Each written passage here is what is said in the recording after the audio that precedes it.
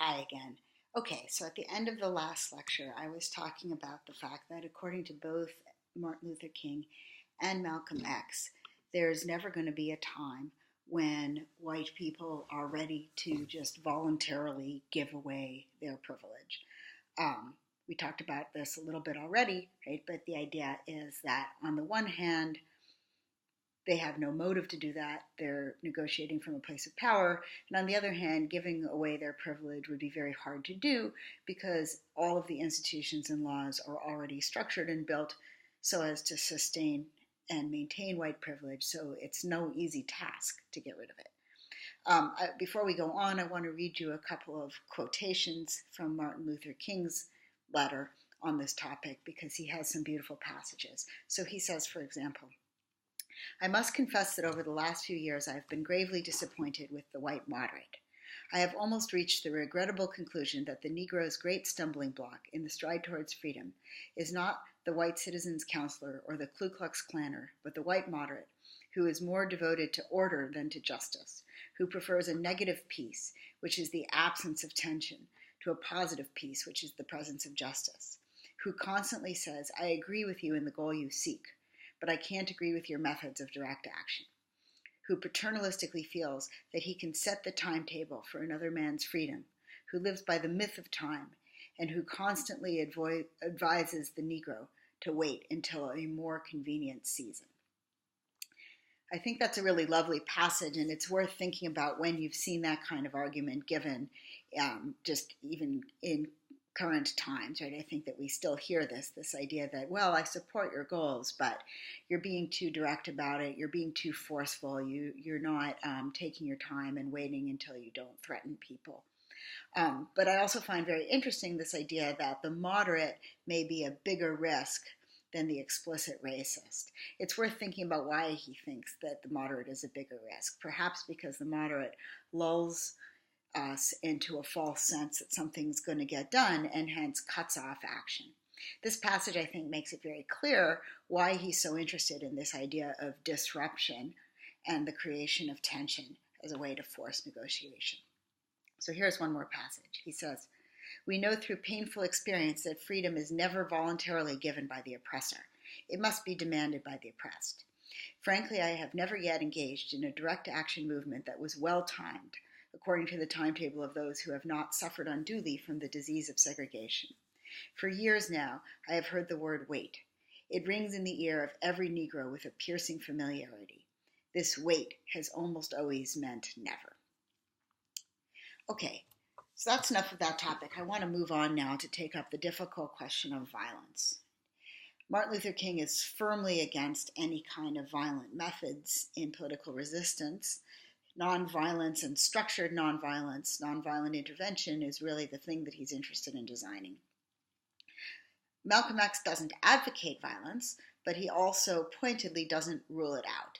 And I think one thing that he does that's super interesting is he wants to use the threat of violence as a means of intervening. I think that this is a subversion of 2 points that we've already seen. When we talked about I Was Young, we talked about how the threat of violence can control people even without any actual violence if the threat of violence is systemic. So it's an interesting idea for the oppressed to use that threat of violence on their own side to try to switch who controls whom. But also, if we go back to bell hooks and we talk about the fact that Black rage has been stigmatized and is treated as inherently out of control and terrifying, part of what Malcolm X is doing is saying, well, let's use that stigmatization that has been used as a weapon against us and use it to our advantage. If they're going to be terrified that we could be violent at a moment's notice, let's make them terrified in a way that will force them to engage. And I don't think that this is an automatically unreasonable technique, right? If white people are going to be incapable of hearing Black rage as anything other than disruptive and terrifying, then it makes for a very effective tool in action. So Malcolm X doesn't actually suggest that Black people be violent, but he is critical of Martin Luther King's version of pointed nonviolence. He says, you do too much singing. He comes back to this refrain several times in the speech, right? This is in response to Martin Luther King staging sit-ins where people would non-violently occupy a space and then sing traditional black songs of resistance and so forth. This is a standard Martin Luther King method. What does he mean, too much singing? What's bad about too much singing? He thinks that Martin Luther King is still way too interested in trying to placate his oppressors and trying to seem non-threatening so that he will be accepted as unscary and as equal. Right? So Martin Luther King says that he wants to be disruptive and create tension, but the kind of tension and disruption he wants to create is sitting around and singing. Basically, Malcolm X is saying, yeah, sitting around and singing is not nearly as disruptive as you think it is. Right? Sitting there and singing is not going to change basic institutional structures, including things like exploitation and imperialism. We need to basically find ways of blasting those structures and freeing ourselves from them. And again, remember, his way of freeing Black people from those structures is to just create alternative communities with a focus on the nitty-gritty of economics so that they don't have to even engage. So Malcolm X agrees with Martin Luther King that white people are never going to voluntarily think it's the right time to give up their power, but he also thinks that sitting and singing isn't enough to force it. Historical revolutions are bloody, he says. Right? This is a line that Bell Hooks comes back to as well, basically a point that she comes back to as well. That historically, we have taken it for granted that if what we want is not just social reform, but radical social change, social revolution that really changes institutions at their roots, that along the way there may be violence. And it's interesting that we think that this is so unthinkable when it comes to anti-racist resistance, given that we accept it as obvious when it comes to the French resistance fighting the Nazis, or when it comes to the American Revolution, or any number of other sort of radical forms of resistance. I do also want to point out that there's some pretty intense sexism and arguably ableism in this part of Malcolm X, though, right? Not only does he continuously emphasize the role of the Black man, but he says, well, don't sit there. He's criticizing Martin Luther King. He says, don't sit. Even an old woman can do that, right? That's what old women do, is they sit around.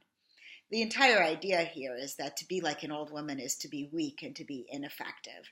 So in that sense, he's just uncritical on the gender issue. But he's also uncritical on the gender issue in the sense that he talks about building these alternative communities and how people should be business owners and they should run the economy. But it's not clear what he thinks is going to happen to gender relations in that context. Right? It's not like there aren't unequal gender relations and problematic gender relations within the Black community as well. So how is that going to work? Are the women going to stay home and raise the kids and keep the house while the men go out and start businesses and create their own economy? Or if they're going to be involved in that project too, then how is the domestic labor going to get done? Who's going to do it if everybody's out forging new communities? He hasn't really thought through the gender implications and what the place of Black women is going to be in this movement. Okay. So, Malcolm X, for better or for worse, I think a little of each, mocks Martin Luther King's methods as being far too gentle and placating to do the disruptive work he needs them to do.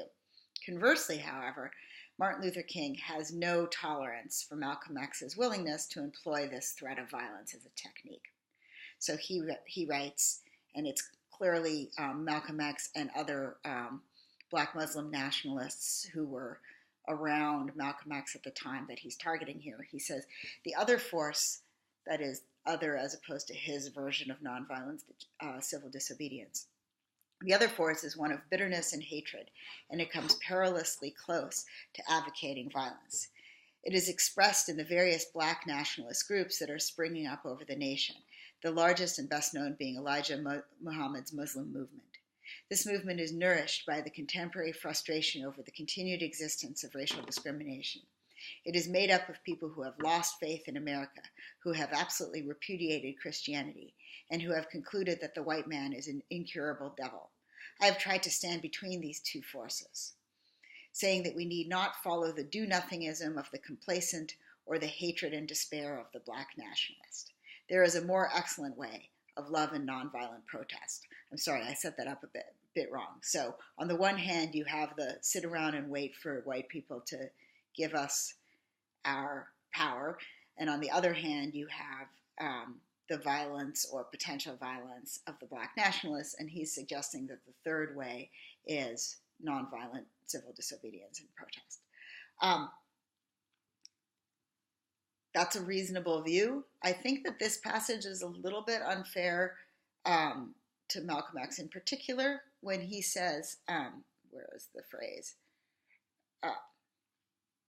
Who have concluded that the white man is an incurable devil.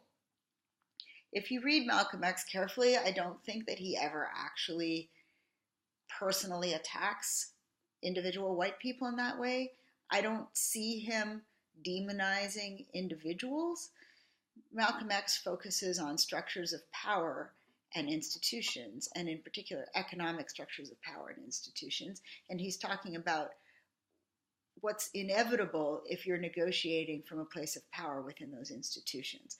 I don't think he says anything that supports this charge that Martin Luther King is making, that somehow their souls, the souls of white people, are especially corrupt or evil or anything like that. I think that he's just saying that this is what happens if you have a society that is structured by structural injustice and oppression, and you have people that are in the dominant position. So that's not to support Malcolm X's tolerance for the possibility of violence, but it is to say that the way Martin Luther King phrases his critique might be a little bit unfair. Okay, what about Angela Davis? Angela Davis weighs in on this question of violence, but she has something different to say from what either of the other two do. So who is she? I didn't have you read anything of hers, but she's kind of an amazing person. She's arguably the coolest person alive, just from a straight coolness point of view. She got her PhD in philosophy and was a philosophy professor for many, many decades. I think she actually just retired quite recently. But in addition to being an academic and a philosophy professor, she was a very powerful Black activist who ended up going to jail and spending quite a bit of time in jail, and her time in jail and in the carceral system really shaped her understanding of politics and resistance, and she's been a powerful voice in anti-racist theory and in theories of political action for an anti-oppressive theory since the 60s, or the 70s, I guess. So she's quite impressive. So she is responding in this little interview clip to somebody, an interviewer, who asks her whether she's pro-violence or whether Black radicals like her are pro-violence. And she calls out this question in a really interesting way. She points out really vividly how the question itself distorts the situation. Because the question of whether somebody is pro-violence presupposes in the whole structure of the question that they are the ones who would be committing the violence rather than the ones who would be subject to the violence. And her response is, why are you asking me that? My community is first and foremost subject to violence, not the perpetrators of violence. And so the question of whether we would ever perpetrate violence has to be taken against the background of the fact that we systematically and constantly experience violence and the threat of violence. So why would we be pro-violence? We're the ones who suffer at the hands of violence. The question of whether we would ever be pro a violent response to violence is a different and much subtler question. But the are you pro-violence question presupposes that we're the perpetrators and not the victims. And she gives a whole series of anecdotes that show really powerfully how, at least when she was talking, and I would argue still to a large degree, especially in certain parts of the country, to be Black in the United States is to be continuously surrounded by violence, controlled by violence, and living under the threat of violence. Right? So the question, are you pro-violence, first of all, wrongly assumes that she's on the side of the perpetrators, at least potentially, and not first and foremost on the side of the receivers.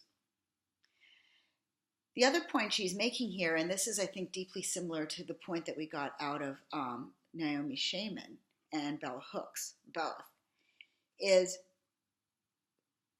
once we get past, once we establish the fact that Black communities are under constant threat of violence and experience a ton of violence, and we then ask, well, is there ever a time where their own violence is justified?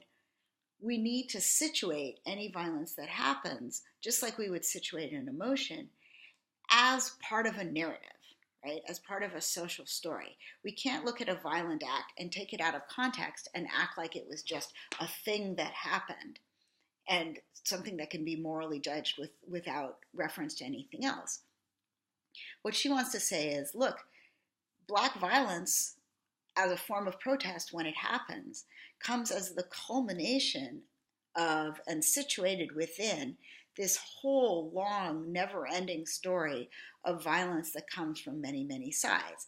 And yes, she admits that when people are pushed this far, when their communities are victimized by violence in enough different ways and intensively enough and for long enough, sometimes people are going to return that violence with violence. And so sometimes Black people are going to be violent as a form of protest. That doesn't make them pro-violence, and it doesn't make her pro-violence. That violence is comprehensible as a response to other violence, right? It's like if somebody is angry at you, this is an analogy that works for us perfectly, right? If somebody is angry at you and they're screaming at you and insulting you, and eventually, once they've been doing this day in and day out, you get angry back and express your anger. That doesn't mean that you're pro-anger, right? In fact, your anger is coming from the fact that you're sick of their anger. You're anti-anger because you're the victim of anger. Similarly, she wants to claim that the violence, when it does show up, is not a manifestation of being pro-violence. It's a manifestation of being anti-violence. It's returning violence with violence because they're sick of being the victims of violence. So violence is completely understandable in the context that she gives us, which is much more fleshed out. So like Martin Luther King, and I'm sorry, I said that backwards, like Malcolm X, and unlike Martin Luther King, Angela Davis does not rule out violence totally as a possible political strategy or as a possible element of political resistance, because she, like Malcolm X, wants to say, well, why shouldn't Black people have that on the table as a possible strategy, given that white people have had it on the table as a strategy forever? So she doesn't rule out violence, but she also doesn't particularly argue in favor of violence either. What she does instead is point out in detail the kind of double standard where we subject a community to violence and then assume that they will refrain from any kind of response, and if they do respond, we call them pro-violent rather than us. Okay, I'm going to pause one more time and then we'll have a final shorter segment here.